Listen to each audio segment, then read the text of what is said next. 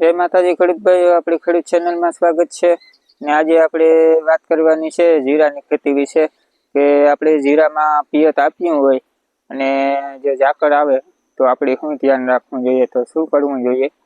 ને બીજા નંબરમાં કે કદાચ જો પિયત આપવું હોય તો શું ધ્યાન રાખવું જોઈએ, અને કદાચ પિયત આપી દીધું હોય અને જો ઝાકળ આવે તો એના માટે શું આપણે ધ્યાન રાખવું જોઈએ, તો શું કરવું જોઈએ તેના વિડીયો આપણે આજે બનાવ્યો છે। તો ખેડૂત ભાઈઓ ધ્યાનથી સાંભળજો અને ખાસ વિડીયોમાં જોડાઈ રહીજો।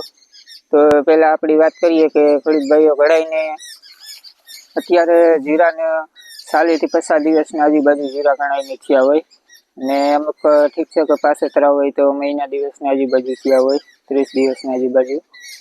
તો ધારો કે આપણે પાણી આપવું હોય જીરાને કે 40 થી 50 દિવસને થયું હોય જીરું ને પાણી આપવું હોય ને જો ઝાકળ આવતી હોય તો ખેડૂત ભાઈઓ આપણે પાણી નહીં વાળવાનું।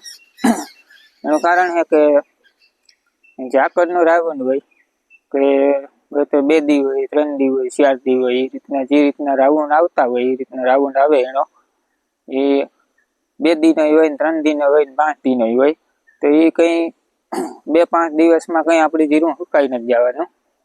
અને ઝાકળ આવે તો આ ખાસ ધ્યાન રાખજો અને એના અમે આપણી દવાનો રાઉન્ડ મારી દેવાનો, ફૂગનાશક આવે એ, જેથી કરીને આપણી જીરામાં સુકારો ન આવે। અને બીજું ખાસ કે કદાચ પાણી વાર્યું હોય આપણી અને પિયત આપી દીધું હોય જીરામાં, અને પિયત આપી દીધું ને જો ઝાકળ આવે તો આપણે એમાં માટે શું કરવું જોઈએ તો એને આપણી વિડીયોમાં વાત કરીશું। તો ખેડૂત ભાઈઓ જેને પિયત આપી દીધું જીરામાં અને 40 થી 50 દિવસને જીરું ફેંકવું હોય અને ઝાકળનો રાઉન્ડ આવ્યો તો એના માટે આપણે શું કરવું જોઈએ તો કે ખાસ કરીને સલ્ફર આવે તો સલ્ફર આપણે એમાં આપવું જોઈએ। ને સલ્ફર એક એવી વસ્તુ છે ખેડૂત ભાઈઓ કે એ જીરાને પાણી દીધું હોય કે કદાચ આપણી પિયત આપવું હોય તો સલ્ફર આપો ને તો એ જે પાણી વધેગું હોય ને જે પાણી પીવરાયું હોય એટલે એના ઉપર ફંકી વન હોય એ અહીં બેવડી વરે જતી હોય, જે પાણી વધે જતું હોય એટલી જીરાની જોઈએ નોર્મલ જ ભેજ, બહુ વધારે ભેજ હોય તો એમાં સુકારો આવે, ફૂગનાશક આવે, એટલે આપણે સલ્ફર આપીએ એટલે એ પાણી સૂંઘી લઈએ એટલે જીરાની માપનો ભેજ જડે, એટલે સલ્ફર એ કામ કરે। અને એક બીજું ખેડૂત ભાઈઓ કે કદાચ આપણે પાણી પિયત ન આપવું હોય જીરાની તો સલ્ફર આપણી જીરાને દઈએ એટલે એ ભેજ આપે, સાંભળો ભેજ લઈએ ખરી અને સાંભળી આપે, સલ્ફર આ વસ્તુનું કામ કરે। તો આપણી કોઈ પણ સારા એગ્રોથી સારી કંપનીનું સલ્ફર લે અને જીરાને આપવું। ને ખાસ કરીને બીજું ખેડૂત ભાઈઓ કે જે આપણે પાણી દેતા હોય તો જે ભેજ વધી જતો હોય અને જે ઝાકળ આવે ને આપણી આ સલ્ફરના ને કોઈ ફૂગનાશકનો દવાનો ઉપયોગ ન કરીએ તો એમાં આપણે એક સુકારાનો પ્રશ્ન આવે, તો જીરો સુકારો પણ આવી જાય, પીરીઓ આવી જાય, એટલે એનું ભેજ વધી જતું હોય એટલે જીરાનું બહુ જાજી સહન શક્તિ ન હોય, જીરાનો છોડે જીવો હોય એટલે એ બહુ ખમી ન શકે ભેજ, એટલે એના માટે આપણે આ સલ્ફરનો ઉપયોગ કરવો એ ખાસ મહત્વનો છે।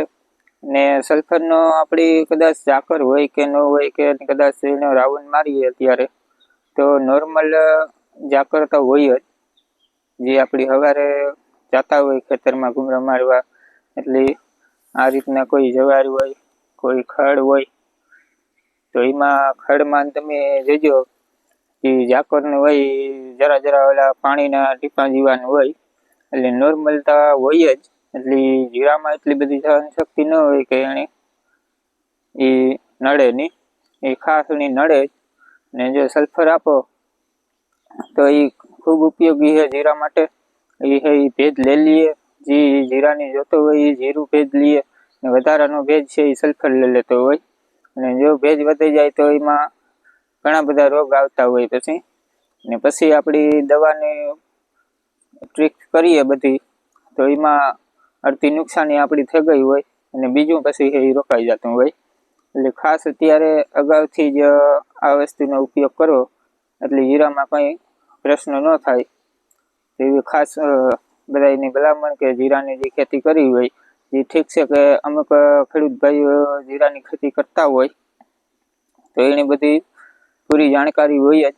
અને જે નવા હોય કે જીરાનું વાવેતર કરવું અને જરાય કર્યું વાવેતર, ઘણા બધા એવા નવા ખેડૂતો કે જેણે જીરાનું વાવેતર કર્યું નવા હોય તો એને આ બધી વસ્તુની કંઈ ખબર ન હોય. આ દવાઓ વિશે એને ખબર હોય બધી, પણ કેવા ટાઈમમાં ક્યારે મારવું, આ દવા ક્યારે આપવું, એ બધી કોઈ જીરાનો અનુભવ ન હોય, પાણીનું બધું. એટલે ખાસ આવી પરિસ્થિતિ હોય કે જીરામાં પિયત આપી દીધું હોય તો આપણીને ઝાકળ આવે તો શું કરવું એના માટે આ વિડીયો હતો. અને કદાચ તમારે પિયત આપવું હોય તોય પણ સલ્ફર આપજો. જીરામાં જે પિયત આપવું હોય તો એના માટે પણ આપણી આ વસ્તુની કીધું સલ્ફરનું, તો એ ખાસ તમે આપજો એમાં, જેથી કરીને જીરામાં ફાયદો રહે. અને જમીનમાં જે આ રીતના ભેજ વધારે અહીં એ જીરાની નુકસાની થાય, એટલે જેથી કરીને ક્યારો આખો ભરાવા જ નહીં દેવાનો. થોડોક છેલ્લે અધૂરો રહી જાય 2 ફૂટ તો હાલી છે, એમાં ભેજ જડી જાય જીરામાં. એટલે એ રીતના જીરું પીવડાવવાનું. તો કડીકભાઈ વિડીયો કેવો લાગ્યો, સારો લાગ્યો હોય તો ખાસ કરીને લાઈક કરી દીજો. અને જેથી કરીને આપણી આ વિડીયો બનાવીએ એના માટે એમ થાય કે નાને આપણે આ બધા ખેડૂત ભાઈઓ વિડીયો જોવે તો લાઈક કરવાનું ભૂલતા નહીં. અને ચેનલમાં નવા હોય તો સબસ્ક્રાઈબ કરી દીજો. મળીએ પાછા બીજા વિડીયોમાં. જય માતાજી બધા ખેડૂત ભાઈઓ.